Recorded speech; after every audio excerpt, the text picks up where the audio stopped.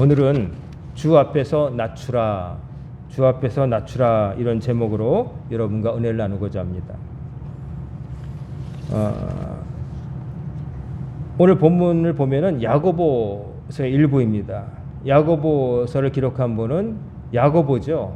그 야고보는 예수님의 12제자 중에 있는 야고보가 아니라 예수님의 친동생 야고보입니다. 즉 예수님이 태어나시고 나서 아버지 요셉과 어머니 마리아 사이에서 동생들이 태어나는데 그중에 야고보 선생님이 계셨어요. 그리고 이 야고보 선생님은 12제자와 별도로 큰 일을 하셨는데 실제로 사도행전이나 이런 것을 읽어보게 되면은 야고보 선생님이 예루살렘 교회의 실질적인 리더였다는 것을 보게 됩니다. 그리고 베드로는 수제자이지만 주로 바깥에 선교를 나가게 되는 것이죠. 그래서 처음에는 이 야고보 선생님도 자기 동생 유다 선생님과 더불어서 형 예수님을 그냥 육신의 형으로만 알고 때로는 가족들과 더불어 우리 형이 미쳤다 하고서 잡으러 다닌 적도 있었던 분인데 나중에 예수님의 제자가 된 거죠. 아, 내 단순한 육신의 형이 아니구나, 메시아이시구나 하고 믿게 되어서 예루살렘 교회를 인도했던 그런 분이시고요. 이 야고보 선생님의 특징은 행함을 강조한다. 실천, 실제적인 걸 말하는 거죠. 사도 바울 같은 경우에는 믿음으로 구원받는다. 근데 그것은 뭐냐면은 믿지 않는 이방인들에 대해서 주로 이방인 전혀 신앙의 근본이 전혀 기초가 안 돼 있는 사람을 향해서 사람이 구원받는 것은 타종교가 말하듯이 차근차근 뭘 쌓아 올려서 내가 거기 마치 마일리지 쌓듯이 그 점수가 되면 구원받는 게 아니라 하나님이 우리를 불쌍히 여기시고 우리가 하나님 아니시면 답이 없다는 것을 고백할 때 예수 그리스도를 구주로 영접할 때 구원받는다. 이거를 가르치기 위해서 그렇게 강조하신 거고요. 야고보 선생님 같은 경우에는 이제 오히려 신앙의 기초가 있는 사람들이 신앙이 있다고 말하면서도 실생활에서 실천을 하지 않고 입으로만 위선적으로 신앙생활하는 것에 대해서 이제 경종을 울리시니까 주로 실천, 행함을 강조하게 되시는 거죠. 그러니까 서로 다른 말씀들을 바울 선생님이나 야고보 선생님이 하신 게 아니라 신앙의 하나인데 믿음과 행함은 따로 별개가 아닌데 이게 이상하게 별개로 가니까 이것에 대해서 이제 어떤 겉으로 드러나는 행함을 가지고 다 오케이라고 생각하는 것에 대해서 제동을 걸기 위해서 믿음이란 말씀을 하신 거고, 또 반대로 내가 믿음이 있다고 신앙을 나의 삶으로서 드러나는 게 아니라 그저 그렇게 믿고 있다고 생각하는 것만으로 또 내가 다 됐다고 말한 사람에게 경종을 울리기 위해서 야고보 선생님은 행함을 강조하신 거예요. 그래서 오늘날의 크리스찬들이 볼 때는 오히려 바울 선생님의 믿음으로 구원받는다는 얘기보다는 이미 교회에 앉아있는 분들에게는 야고보 선생님의 말씀이 더 와닿을 때가 많은 거죠.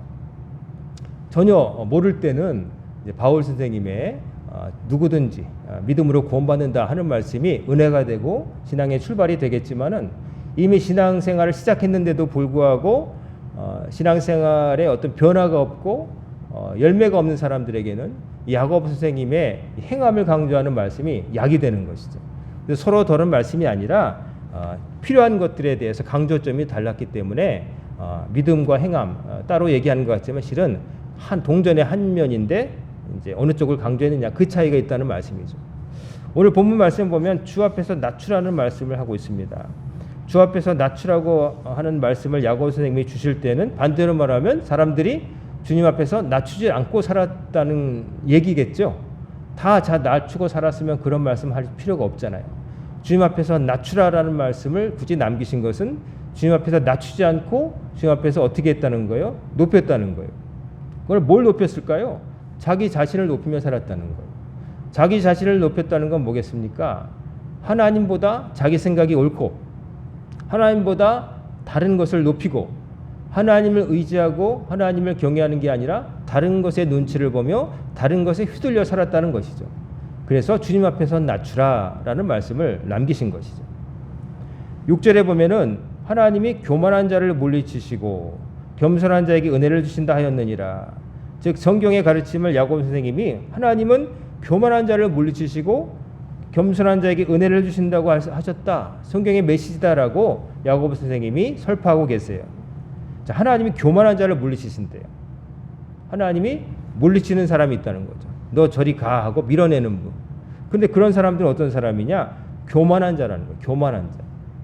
그러면 교만한 자라는 뜻은 또 뭐겠어요? 우리가 생각할 때 교만이라 생각하면 우리가 언뜻 떠오르는 것은 좀 시건방 떠는 사람, 자기 잘난 체 하는 사람, 목이 탁 해가지고 인사할 때도 허리를 안 굽히고 고개만 까딱하거나 남의 인사를 주로 받기만 하는 사람이 떠오르겠지만, 하나님 말씀하시는 교만은 그런 겉으로 드러난 어떤 태도에서 드러난 그런 인간 사이의 어떤 예의범절의 차원이 아니라 신앙의 문제를 말씀하고 계신 거예요. 뭐냐면 하나님이 말씀하신 교만은 하나님을 인정하지 않는 게 교만이에요. 하나님을 하나님으로 인정 안 한다. 이 말은 뭐냐면은 하나님이 자기 머리 위에 계신 것을 인정 안 하는 거예요. 다른 말로 하면 하나님을 경외하지 않는 거예요. 하나님을 경외한다고 하는 것은 뭐냐면은 내 인생을 주관하는 분이 내가 아니고 환경이 아니고 그 모든 것을 창조하신 하나님이라는 것을 인정하는 것이 하나님을 경외하는 건데, 하나님을 경외하지 않는다는 것은 하나님보다 더 중요한 게 항상 마음에 있는 거예요. 결정적인 순간에 하나님 뜻대로 안 살고 그냥 자기 생각대로 결정해버려요. 결정적인 순간에 중요한 것일수록 하나님께 여쭤야 되는데 하나님께 엎드려서 기도하고 하나님의 뜻을 여쭙지 않고 자기 생각대로 해버리는 거예요. 그리고 또 하나님께서 주신 여러 가지 말씀을 들었는데도 그 말씀을 거역하는 거예요. 하라고 하신 것을 안 하고 하지 말라고 하신 것을 하는 거죠. 그러므로 그게 바로 교만인 거예요.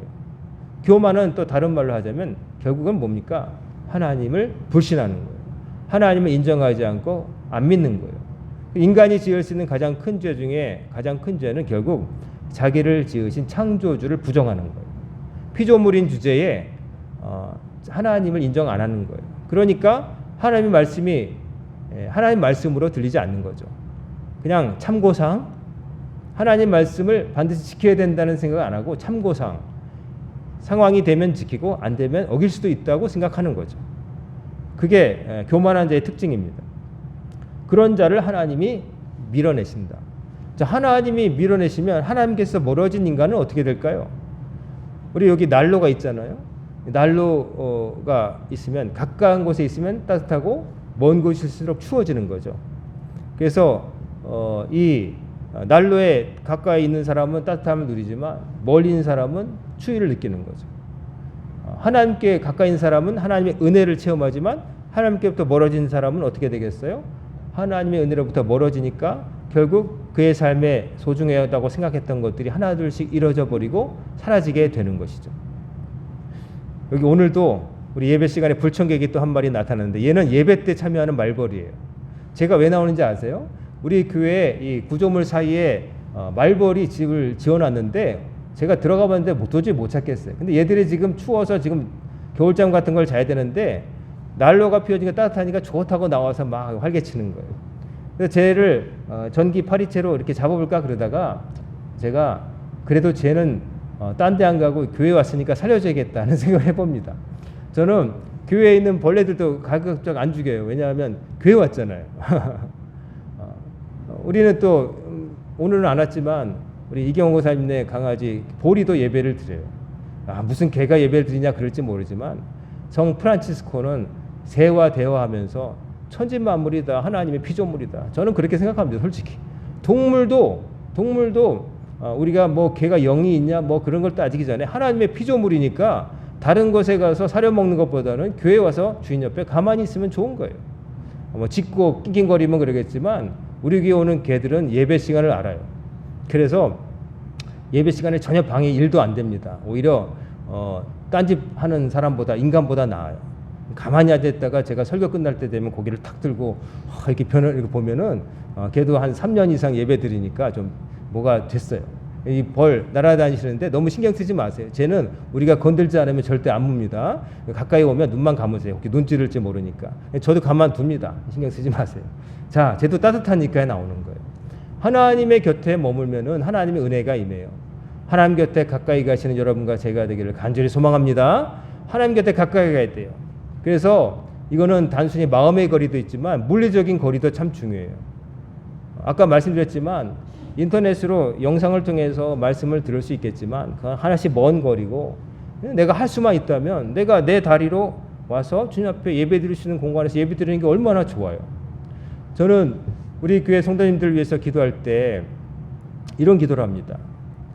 신앙생활을 아직 안 하는 분들 위해서 기도할 때 자기의 두 다리로 스스로 예배당에 나올 수 있는 그 시간이 지나가기 전에 주님 앞에 그가 나오게 해주세요라고 기도합니다.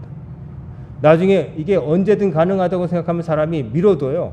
언제든 할 수 있다고 생각하니까. 근데 그게 언제든 가능한 게 아니라는 거예요. 언젠가는 요 교회 문턱도 오기 힘든 날이 오게 된다는 거죠. 저도 마찬가지고요. 여기 예외는 없는 거예요.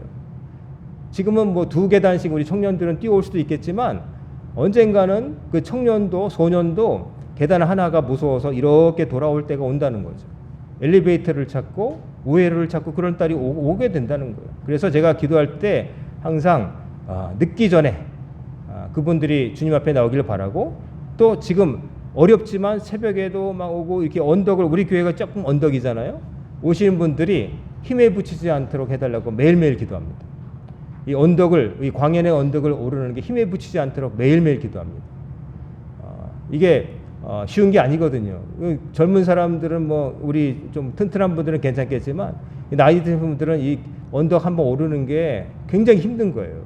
운동도 되지만 이제 운동을 넘어서 나중에 힘들게 되거든요. 그리고 또 이번에 뉴스를 볼 때 우리 오 권사님 새벽마다 건너오시는데 걱정이 돼요. 이 새벽에 차들이 막 이게 전멸등이어서 새벽기도 시작할 때는 막 지나다니거든요. 그래서 걱정이 돼가지고 우리 권사님 오실 때 야광으로 된 조끼 같은 거 입었으면 좋겠다는 생각이 들어요. 새벽에 건너실 때 우리 권사님들 다 조심하시기 바랍니다. 그냥 스스로 조심해야 돼요. 자, 무슨 말씀 드리려면은 하나님이 물리치는 자가 되면 안 되고 하나님이 받아들이는 자가 돼야 우리가 하나님의 은혜 가운데 산다는 거죠. 그리고 하나님의 은혜 왜 얘기하느냐? 하나님의 은혜가 없이는 우리는 아무것도 아니기 때문에 그런 거예요. 하나님이 도와주셔야 우리가 살 수 있는 거지, 하나님 은혜 없이 뭐 한다? 뭐 하는 것 같죠? 하지만 하나님이 한 번만 뭐 하나만 변화시키면 그 누리고 세웠던 것들, 성경에 있잖아요. 하나님이 지켜주지 않으면 파수꾼의 경성함이 허사라는 거. 자기가 지키고 세운다 그러지만 세우기도 어렵고 지키는 것도 하나님 도우심 없으면 안 된다는 거예요. 근데 사람은 그걸 모를 때가 있죠. 내가 다 대비했어. 내가 다 살펴봤어. 그러지만 사람이 할 수 있는 게 한계가 있어요. 여기 보면 겸손한 자에게 은혜를 주신다. 그럼 겸손, 교만의 반대가 겸손일 거 아니에요? 겸손은 그 반대예요. 7절에 보면 그런즉 너희는 하나님께 복종할지어다. 겸손은 뭘로 나타나느냐? 하나님께 복종하는 걸로 나타나요. 복종이라고 하는 건 뭡니까? 하나님께 따르는 거예요. 따르는데 내가 따르기 쉬울 때만 따르는 게 아니라 때로 내 뜻이 다르더라도 그걸 꺾고 따라야 된다는 거예요. 내 생각이 하나님과 똑같으면 너무 편하겠죠. 하나님 저도 동의합니다. 쉽겠죠. 하지만 때로 내 생각이 좀 다른데 나는 이게 더 나은 것 같은데 하는 생각이 들 때도 있을 거예요. 그리고 지금 상황에서 이렇게 하기에는 내가 너무 버거운데 하는 생각이 들 때 그 유혹을 물리치고 그래도 하나님께서 이렇게 말씀하셨어. 하나님의 뜻은 이거야. 이게 옳은 거야. 내가 이게 나에게 부담이 되고 내가 손해가 될지언정 그러나 하나님께서 명하신 대로 나는 택하겠다. 이런 마음으로 사는 게 바로 복종이고 그게 바로 순종이고 하나님께서 그를 겸손하다고 인정하신다는 거죠. 그래서 순종 말하는 겁니다. 우리가 인간에게 그냥 순종하는 건 맹목적이고 뭐 독재 저 북쪽 휴전선 넘어나 아니면 그런 나라 좀 부정적인 의미가 있지만은 그러나 하나님께 순종한다는 것은 그런 차원이 아니에요. 똑같은 인간들끼리 계층을 정해놓고 네가 위에 있다, 네가 밑에 있다 이런 차원이 아니라 차원이 다른 피조물과 창조주 사이에서 만드신 분이 만들어진 존재한테 명령하는 것을 만들어진 이가 지키는 게 당연한 거예요. 그리고 그렇게 할 때 자기 삶이 순조로운 거예요. 물고기를 물에서 살게 만드셨는데 물고기가 어느 날 바깥이 구경하고 싶다고 나오는 순간 아가미에 산소가 안 들어오고 죽게 되는 거예요. 또 무태에서 살게 된 무짐승이 바닷속이 궁금하다고 해서 토끼처럼 용궁에 가면 진짜 다시는 못 나오는 거예요. 즉 하나님께서 정하신 바운더리가 있는 거예요. 요즘 뭐 인간, 인권, 인간의 자유 막 대단히 얘기하지만 그게 나쁘다는 게 아니라 인간 하다 보니까 인간이 소중하긴 하죠. 하나님 분명히 사랑하라고 하셨고 다른 피조물보다 다르게 만드셨지만 그렇다고 인간이 하나님보다 위에 있는 건 아닌 거예요. 착각하면 안 돼. 인간이 소중하다는 것이 인간이 최고의 가치라는 것은 아닌 거예요. 하나님이 그렇게 정해 주셨으니까 그런 거지. 따지고 보면 우리가 솔직한 말로 사람과의 관계 속에서 이렇게 상처를 받은 다음에 무슨 생각 드나요? 짐승이 더 낫겠다 이런 생각 들잖아요. 머리 검은 짐승 거두는 게 아니다 이런 말도 있잖아요. 때로는 집에서 기르는 개는 항상 늦게 와도 반겨주고 아까 봤는데도 3년 만에 만난 것처럼 또 보면 좋다고 꼬리치고. 근데 인간은 3분 전에 봤다고 쳐다도 안 보고 어디 갔다 와도 밤에 와도 다 자고 있고 그러잖아요. 그러면 야 개가 낫다 이런 생각 가끔 하잖아요. 자식보다 낫다 이런 생각 솔직히 할 때가 있잖아요. 근데 그렇다고 해서 개가 인간보다 소중한 건 아니잖아요. 하나님이 말씀하신 것을 힘써 지키는 것, 하나님께서 명하실 땐 이유가 있다는 것을 생각하고 지키는 여러분과 제가 되기를 간절히 소망합니다. 그 다음에 마귀에게 대적하라는 말씀도 지금 하고 계세요. 야고보 선생님이 마귀에게 대적하라. 이 말은 똑같은 말을 한 거예요. 하나님께 복종하는 것은 반대로 말하면 마귀에게는 대적한다, 저항한다는 거예요. 마귀, 악한 일을 하라고 꼬드기는 마귀의 유혹 앞에서, 육신의 정욕 앞에서 노우라고 할 수 있어야 된다. 그거 아니다. 내가 하고 싶고 내가 막 하고 싶은 마음이 여기까지 왔어도 하나님 뜻에 맞지 않다 하면은 그것을 억누르고 절제할 수 있어야 된다는 거예요. 그러지 않고 그것에 넘어가고 맨날 휘둘리고 그렇게 되면은 본능의 욕망에 충직한 사람이 되어가지고 동물보다 못한 사람이 되는 거죠. 사람이 동물보다 좀 나은 게 뭐가 있겠어요? 더 빠르게 뛰기를 하나요? 뭐 멀리 보기를 하나요? 날아다닐 수가 있나요? 뭐 헤엄을 잘 치나요? 인간이 개별적인 능력을 보면 별로 뛰어난 게 없지만은 그러나 인간은 절제할 줄 안다는 거죠. 본능이 있지만은 본능을 잠깐 넣어두고 하나님의 뜻을 쫓을 줄 안다는 거죠. 더 고귀한 가치를 위해서 때로는 생존 본능까지도 포기하는 게 인간이라는 거죠. 그래서 마귀에게 대적하라.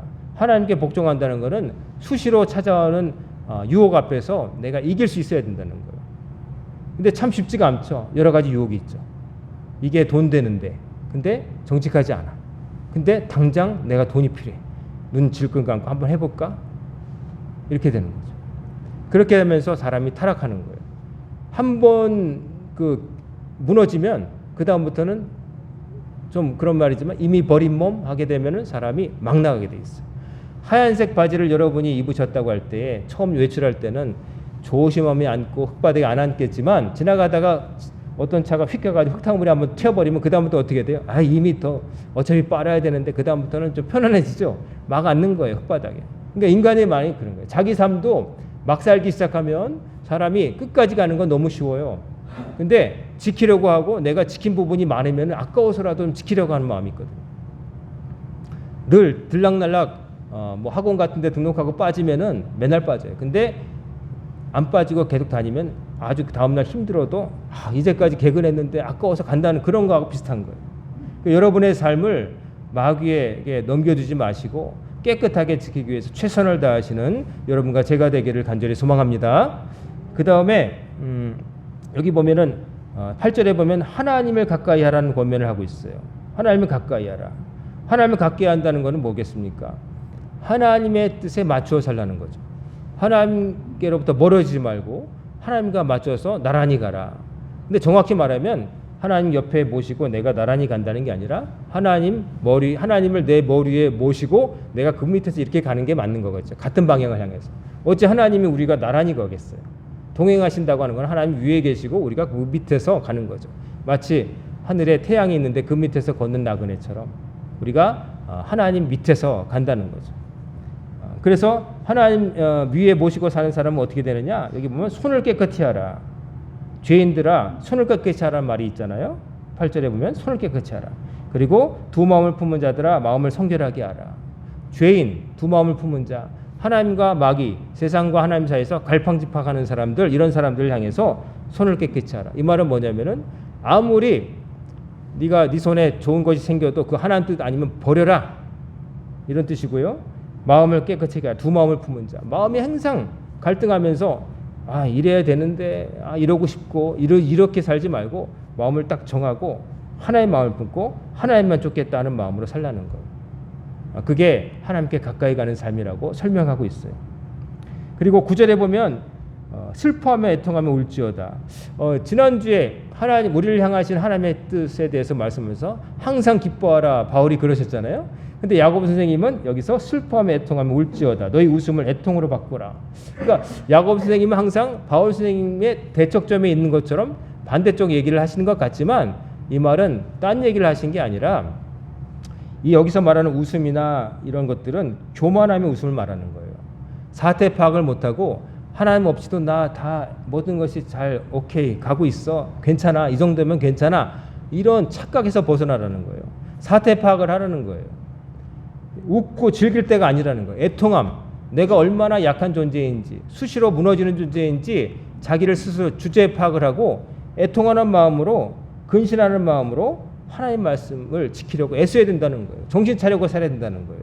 그냥 넋놓고 아유 기뻐 항상 기뻐한다는 건 제가 말씀드렸죠. 우리가 항상 기뻐할 이유는 그때 뭐 생기고 없어지고 뭐 이런 차원이 아니라 하나님께서 우리 죄인을 구원하시려고 예수님을 보내셨고 그래서 우리가 죄사함을 받고 구원함을 얻게 되었다. 이 구원받은 사실 하나 때문에 항상 기뻐할 이유가 있다는 거고 지금 야고보 선생님 말씀하시는 거는 그럼에도 불구하고 우리는 항상 좋은 것을 받았어도 잃어버릴 위험이 있는 안타까운 존재라는 것을 생각하고 나는 괜찮아. 이단들이 잘 보인 거예요. 나는 구원받았으니 아무렇게 해도 괜찮아. 뭐 이런 식으로 살지 말고 끝까지 정신 차리고 살라는 거예요. 사람이 무너지는 건 한순간입니다.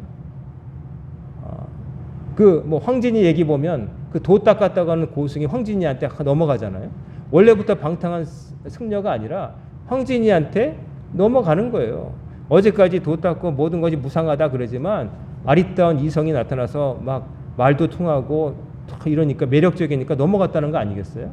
그러니까 사람이 나는 괜찮다고 생각하면 절대로 안 돼요. 그래서 죄 지을 공간에 가지 말고 그럴 일을 안 만드는 게 중요해요. 왜냐하면 그런 상황이 되면 사람들이 무너지기 쉽거든요. 그래서 그런 상황을 아예 만들면 안 되는 거예요. 지혜로운 사람은. 그러니까 불이 있는 곳에 뜨거운 사고 날 곳에 가지 않는 거예요. 안 다치는 사람은 위험한 데 안 가는 거예요. 위험한 데 가서도 나는 버틸 수 있어. 나는 괜찮아. 그런 사람 교만한 사람. 나는 괜찮아. 아유, 다 괜찮다고 생각하는 사람들이 다 무너지는 거예요. 나는 안 괜찮기 때문에 조심해야 돼라고 사는 사람이 안전한 거예요.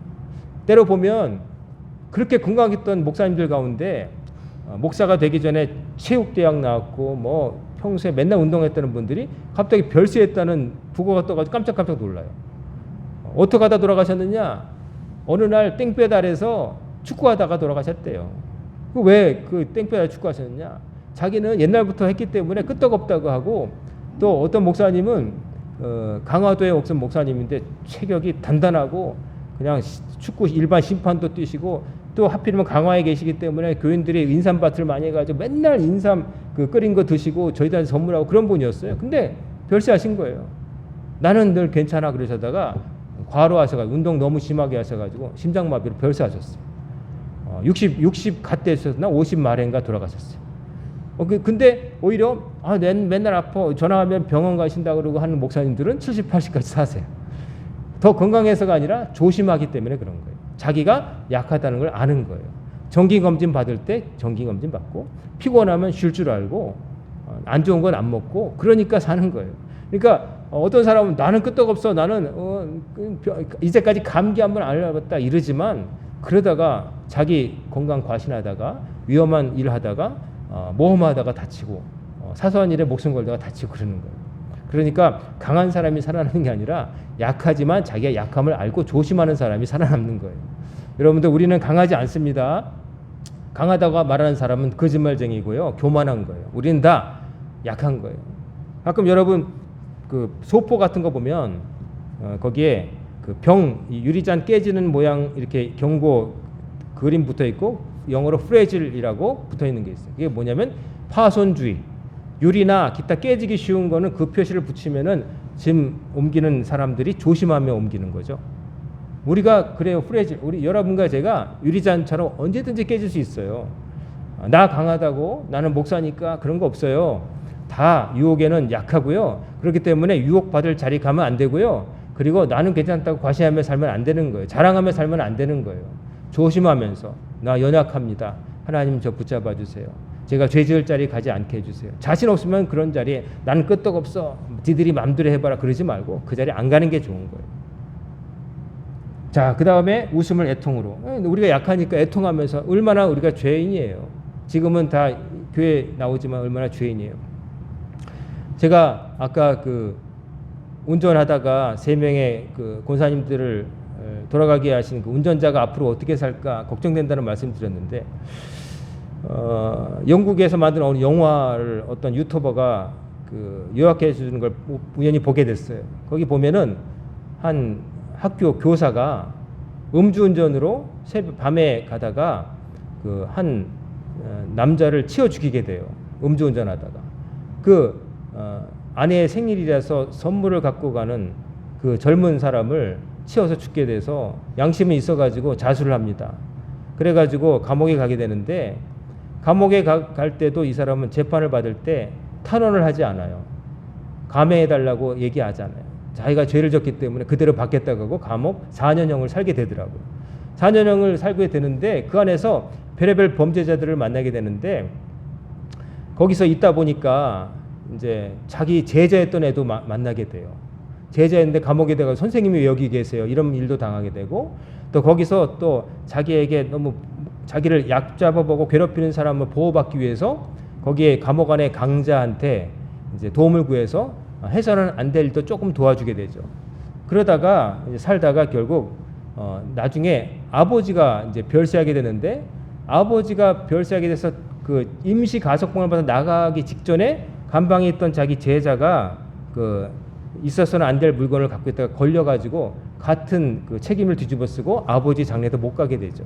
그러면서 그 감옥에 있는 그 성당에서 한 수녀와 더불어서 이제 아버지 그 장례에는 직접 못 가지만 같은 시각에 내가 예배 드려주겠다고 이제 예배를 드리게 됩니다. 그래서 수녀가 잘 보고 이 사람한테 뭘 시키냐면은 그 소년원에 들어가게 될 아이들이나 이런 애들 앞에서 강연을 하게 만들어요.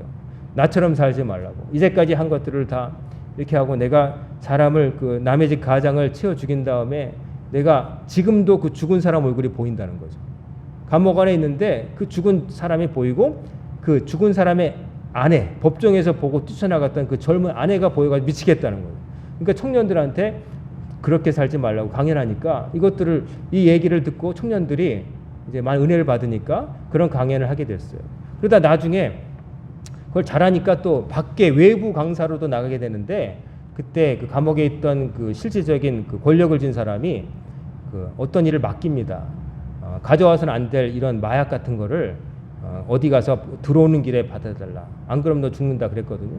결국 그 얘기를 받아들고 나와서 강연을 하는데, 거기에 강연을 마칠 즈음에 누가 뛰쳐나가는데 보니까 자기가 음주운전해서 죽인 그 사람의 아내가 듣고 있다가 울면서 나가는 걸 봤어요. 나가면서 봤는데 자기가 그날 무슨 강연을 했냐면은 유혹에 넘어가지 말고 나처럼 죄 짓지 말고, 여러분 죄를 지으면 항상 이렇게 괴롭습니다. 그러니까 죄를 지은 다음에 용서는 받지 못하겠지만 그러나 속죄하며 살기를 바랍니다. 이런 말을 했거든요. 그러니까 감옥에 돌아가기 전에 그 범죄자가 시킨 곳에 가서 마약 같은 걸 갖고 몸에 이렇게 붙여서 와야 되는데 그걸 안 합니다. 자기가 한 말이 있기 때문에. 들어갔더니 가져왔냐? 안 가져왔습니다. 각오했냐? 각오한다. 그래가지고 그 당구공을 그 수건에 만 걸로 얻어맞아가지고 여기가 다 깨집니다.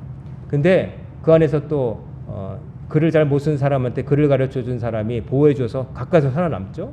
그리고서 형기를 마치고 그 사람이 나와요. 나왔는데 연락이 옵니다. 그 용서 못하겠다고 그러고 만나지 않았던 그 자기가 죽인 그 남자의 아내가 만나요. 만나가지고 카페에 앉아서 얘기하는데 지금도 용서는 못하겠지만 그러나 용서해 보겠다고 그렇게 말해주면서 이제 눈물을 흘리면서 그 교사가 이제 그래도 마음의 위안을 얻는 그런 모습을 봤습니다.